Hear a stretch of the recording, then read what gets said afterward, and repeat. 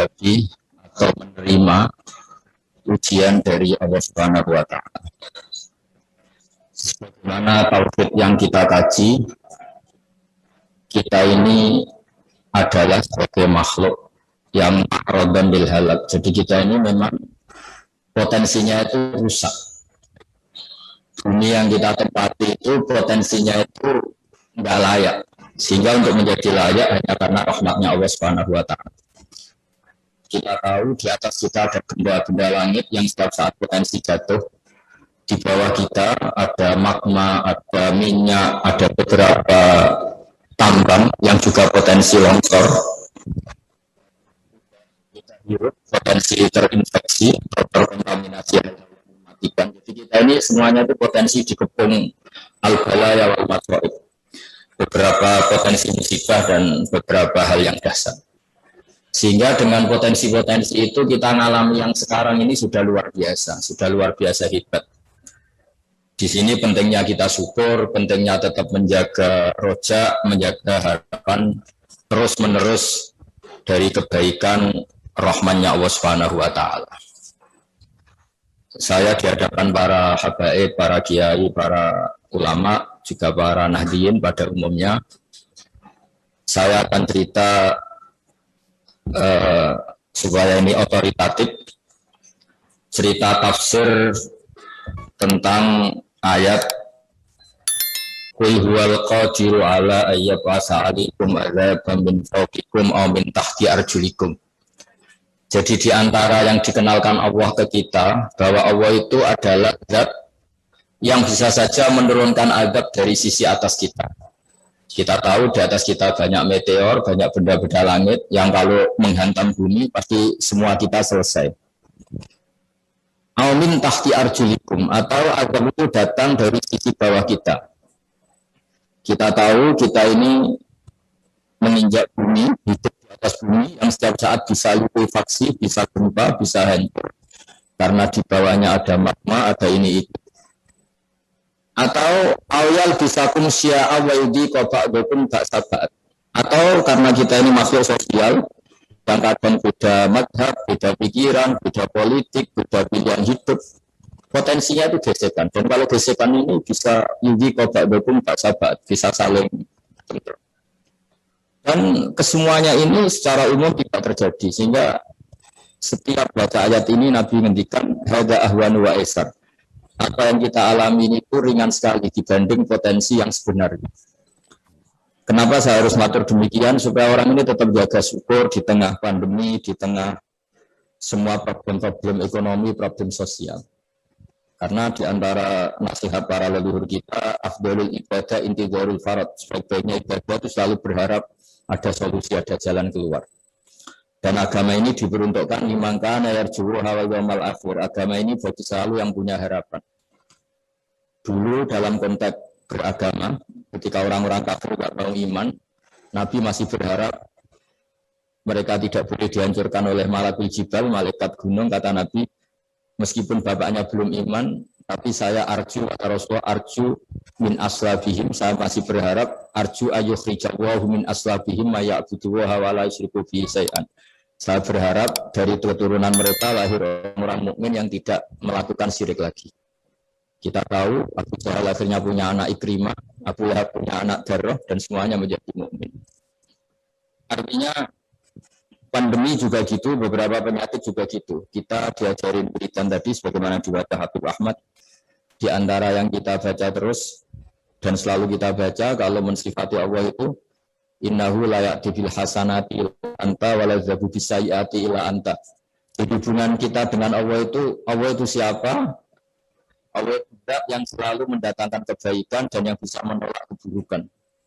Supaya orang itu punya harapan, meskipun secara iman kita berkeyakinan khairihi wa syarrihi min Allah, tapi dalam wiridan-wiridan yang diajarkan Rasulullah SAW, cara mensifat Allah itu innahu la ya'ti bil hasanati illa anta wa la yadhabu bis sayyiati illa anta.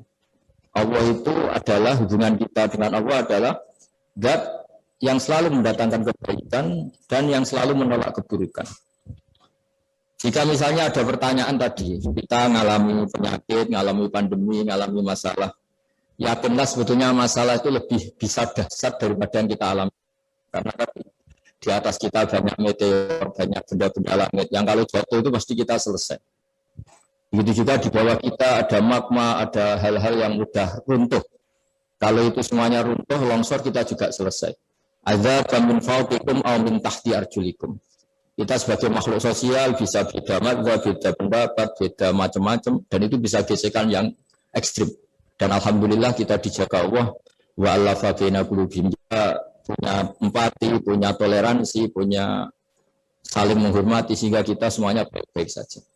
Nah, dari muamalah dengan Allah syukur ini kita berharap Allah akan menambah rahmat kepada kita. Jadi jangan karena ada pandemi terus kemudian seakan-akan Indonesia itu hanya masalah saja, hanya problem saja. Sudah ada masalah, kita muamalahnya sama Allah juga masalah. Enggak ada syukurnya, ngeluh terus, itu bahaya dalam muamalah kepada Allah Subhanahu wa taala. Karena sekali kita tidak bersyukur, maka ancamannya itu falyatub siwa'i wal yakhruj min tahti ardi was samawati. Silahkan cari Tuhan selain saya, kata Allah, dan tapi jangan tempat bumi saya, jangan tempat di langit saya, itu lebih ekstrim lagi. Nah, ini mungkin dusir Allah, supaya syukur itu dijaga. Sekali kita tidak syukur, itu masuk malam ya syukur itu, yang seterusnya itu falyatub siwa'i wal yakhruj min tahti ardi was samawati. Nah, tentu setelah kita syukur atas semua yang diberikan Allah Ta'ala, nikmat iman, Islam, dan sehat, juga nikmat muamalah dan muasyarah, juga belajar sama Habib Ahmad, sama beberapa tokoh PBNU, juga sama guru-guru kita, juga terus berdoa. Berdoa ini kata banyak ulama, satu, kita ingin doa kita dikabulkan. Dua, andaikan belum dikabulkan, itu sudah pasti benar karena kita menunjukkan kehambaan kita. Bahwa kita hanya seorang hamba yang bisa kena musibah yang lebih dahsyat. Ini penting saya utarakan berkali-kali. Karena sekali kita tidak membayangkan itu, maka kita menganggap ini sudah kayak selesai. Padahal bumi yang kita tempati ini mengandung air. Air itu setiap saat dihilangkan Allah. Sehingga kenapa surat Al-Mulk ini spesial, surat Al-Mulk ini. Karena di situ Allah mengingatkan kita, amin man fis sama, ayak sifat bikumul ardo faidah jatamur. Kamu kok merasa aman di bumi? Bumi ini setiap saat likuifaksi. Amin man fis sama, amin man fis sama, ayursila alikum hasibah. Langit yang di atas kamu ya potensi menjatuhkan meteor, menjatuhkan apa saja bahaya, termasuk angin-angin yang bahaya. Air yang kita pakai setiap saat kul ara'aitum in asbaha ma'ukum gharan fama ya'tikum bima'in. Air yang kita pakai bisa saja dihilangkan Allah. Bumi ini nyerap air dan air itu di bumi. Kalau sistem bumi digeser sedemikian rupa oleh Allah, langsung air itu hilang dan kita tidak bisa apa-apa. Sehingga oleh guru-guru kita, termasuk oleh bapak saya sendiri, diajarin fama ya'tikum bima'in. Siapa yang bisa mendatangkan air yang kamu butuhkan? Kita disuruh menjawab Allah Rabbul Alamin. Hanya Allah yang bisa mendatangkan itu semua. Jadi saya mohon ke semua warga ya, semua kita. Sebelum saya mohon juga terima kasih sama semua yang menangani COVID, baik dari pemerintah maupun relawan maupun masyarakat. Siapa saja termasuk yang mendoakan, termasuk yang mensupport. Bahwa kita sebagai manusia ini memang harus ingat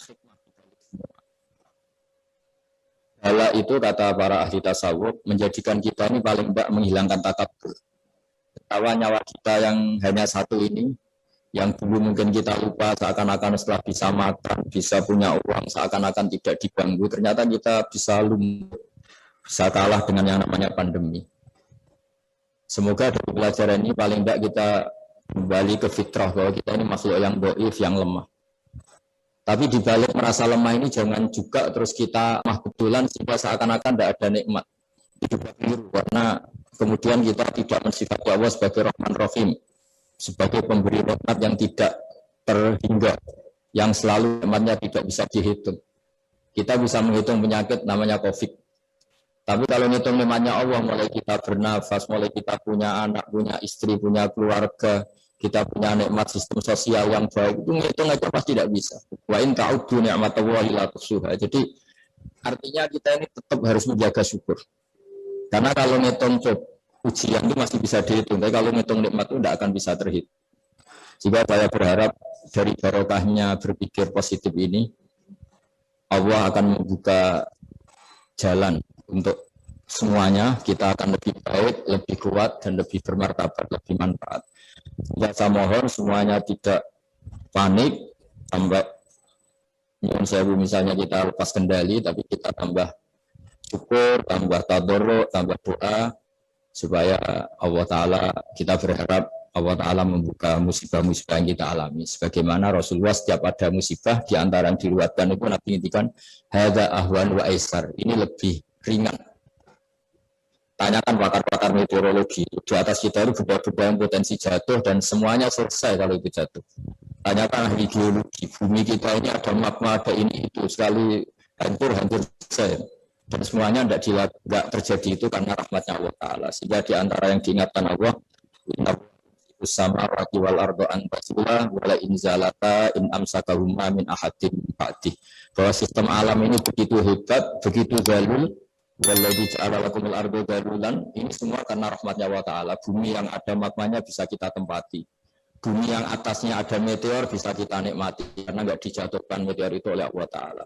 Sehingga saya berharap dan sangat-sangat berharap jaga syukur, jaga iman, jaga rasa empati, rasa sosial, sehingga kita insya Allah dapat rahmatnya Allah Ta'ala. Karena di antara pesannya Nabi Ar-Rahimun yarhamuhumur Rahman irhamu man fil ardi yarhamkum man fis sama. Jaga empati, jaga sayang, rasa sayang, rasa iba, rasa sosial, sehingga barokah itu irhamu man fil ardi yarhamkum man fis sama. Barokahnya kita punya empati, punya sayang, insya Allah kita dianugerahi oleh Allah Ta'ala. Sekian dan mohon maaf. Assalamualaikum warahmatullahi wabarakatuh.